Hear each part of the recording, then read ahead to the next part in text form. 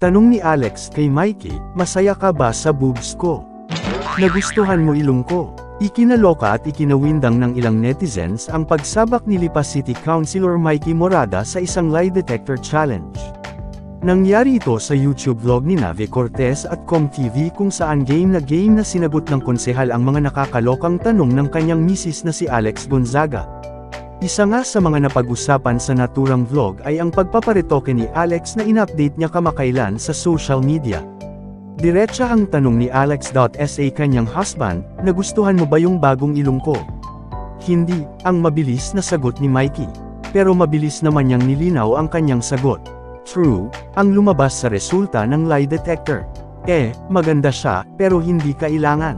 Pero kung masaya ka, gusto mo, okay lang, pahayag ni Mikey.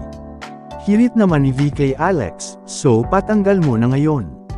Natatawa namang say ni Mikey, okay lang, baka lalo pang magka-leche-leche. So leche-leche na itong mukha ko. Sabi, lalo pang magkanda-leche-leche. So sabi, leche-leche na ito. Ang kunwari na pipiko ng sabi ni Alex. Paliwanag naman uli ng kanyang mister, ibig kong sabihin, baka lalo pang magulo. So magulo, so ginulo.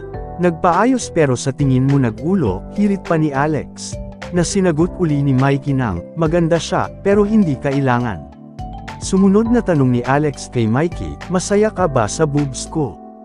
Oo, ang agad-agad na sagot ni Mikey. Reaksyon ni V sa sagot ng konsehal, yung mga tanong niya, Alex, gusto niya talaga malaman niyan. Pero say ni Mikey, hindi naman yan nagmamatter.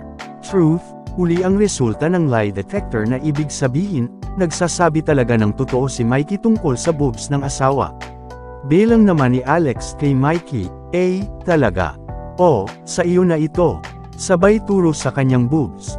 Mr. Kasagpa here, updated sa showbiz happenings, i-subscribe muna yan for more news updates.